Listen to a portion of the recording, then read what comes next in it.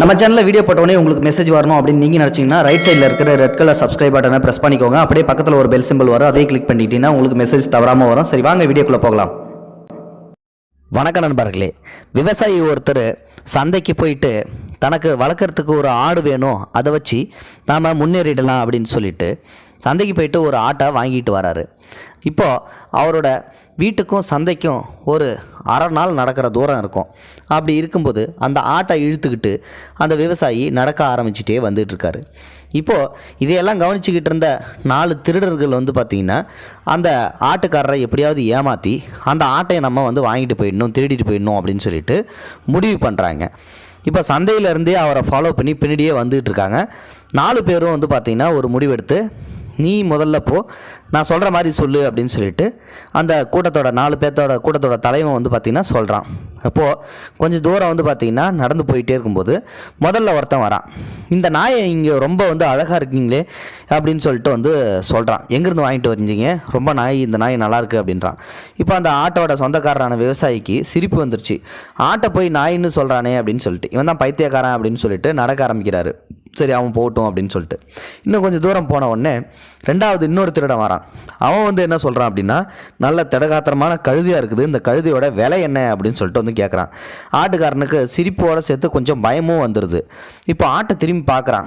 ஆடாக தானே இருக்குது, என்ன முதல்ல ஒருத்தன் சொல்லிட்டு போகிறான், இப்போ முதல்ல நாயின்னு சொல்லிட்டு போகிறான், இப்போ கழுதுன்னு சொல்லிட்டு போகிறான், பைத்தியம் பிடிச்சா இவனுக்கு அப்படின்னு சொல்லிட்டு இப்போது இவன் ஏன் கழுதன்னு சொல்கிறான் அப்படின்னு சொல்லிட்டு நாம் ஏன் யோசிக்கணும், நம்ம வேலையை பார்த்துட்டு போவோம் அப்படின்னு சொல்லிட்டு மறுபடியும் நடந்துட்டு அந்த ஆட்டையை அழிச்சிட்டு போயிட்டுருக்காரு அந்த விவசாயி. இன்னும் கொஞ்சம் தூரம் கழித்து பார்த்தீங்கன்னா அதுக்குள்ளே வீடு வர்ற நேரமும் வந்துருச்சு. அதுக்குள்ளே இன்னொருத்தரிடம் வந்துட்டு என்னையாது இவ்வளோ பெரிய குதிரையை வச்சுக்கிட்டு நீ எங்கே போகிற, இந்த வெயிலில் நடந்து ஏன் கஷ்டப்படுறா, அது மேலே ஏறி போகலாமே அப்படின்னு சொல்லிட்டு சொல்கிறான். இப்போது ஆட்டோட சொந்தக்காரன் வெளிப்படையாக கொஞ்சம் பயப்பட ஆரம்பிச்சிட்டான். அது ஆளாளுக்கு ஒன்று சொல்லிட்டு போகிறாங்க, ஒன்றுமே புரியலையே, நம்ம கண்ணுக்கு தான் இது ஆடு மாதிரி தெரியுதா இல்லை வேறவங்க கண்ணுங்களுக்கு வித்தியாசமாக தெரியுதா, என்னவா இருக்கும் அப்படின்னு சொல்லிட்டு கொஞ்சம் பயப்பட ஆரம்பிச்சிட்டான். இப்போ அடுத்து ஆடாக தானே இருக்குது அப்படின்னு சொல்லிட்டு கொஞ்சம் ஓட்டமும் நடையுமா இருக்கிறான். நம்ம வீட்டை போய் அடைஞ்சு சேர்ந்துட்டோம்னா நமக்கு இந்த தொல்லையே இல்லை அப்படின்னு சொல்லிட்டு கடைசியாக அந்த கூட்டத்தோட தலைவன் நாலாவது திருடன் அந்த இடத்துல எதிர்த்தாட்டாக வந்துகிட்டு இருக்கும்போது உடனே அவன் கேட்குறான், இவ்வளோ நாளாக அந்த பயங்கரமான கரடி குட்டியை ஆட்டுக்குட்டி மாதிரி கட்டி ஈத்துட்டு போறியே, நீ மனுஷனா இல்லை வேற எதுவுமா அப்படின்னு சொல்லிட்டு அவன் சொல்லி கூட முடிக்கவே இல்லை. என்னடா அது இவன் கரடின்னு சொல்கிறானே அப்படின்னு சொல்லிட்டு, ஐயையோ இது ஆடே கிடையாது, நம்ம கண்ணுக்கு தான் ஆடு மாதிரி தெரியுதாட்டுக்கு, மற்றவங்க கண்ணுக்குலாம் வேறு மாதிரி தெரியுதுன்னா அப்போ இது ஆடே இல்லை, இது ஏதோ பிசாசோ இல்லை வேற என்னமோ தெரியல அப்படின்னு சொல்லிட்டு அந்த ஆட்டை விட்டுட்டு அங்கேருந்து ஓடியே போயிடுறான். இப்போது அந்த 4 திருடனும் சேர்ந்து அந்த ஆட்டை நல்ல லாபகாரமாக பார்த்தீங்கன்னா அவங்ககிட்ட திருடிட்டு நேராக மறுபடியும் சந்தைக்கு போயிட்டு விற்று அவனுங்க அந்த காசுலேருந்து அவனுங்க நல்லா குடியும் கூத்துமா திங்கிறானுங்க. இப்போது ஏமாறுறவன் இருக்கிற வரைக்கும் ஏமாத்துறவன் என்றைக்குமே ஏமாற்றிக்கிட்டு தான் இருப்பான்.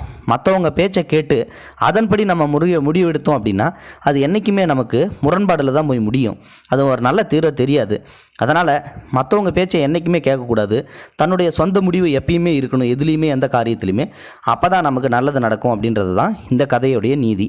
இந்த வீடியோ பிடிச்சிருந்தால் லைக் பண்ணுங்கள், உங்கள் ஃப்ரெண்ட்ஸுங்களுக்கு ஷேர் பண்ணி விடுங்க. கூடவே நம்ம சேனலையும் சப்ஸ்கிரைப் பண்ணுங்கள். தேங்க்யூ ஃபார் வாட்சிங். இது போன்ற செய்திகளை உடனுக்குடன் நீங்கள் தெரிந்து கொள்ள மறக்காமல் எங்களுடைய சேனலை சப்ஸ்கிரைப் செய்யவும், கூடவே பக்கத்தில் வரும் பெல் ஐக்கானையும் கிளிக் செய்யவும்.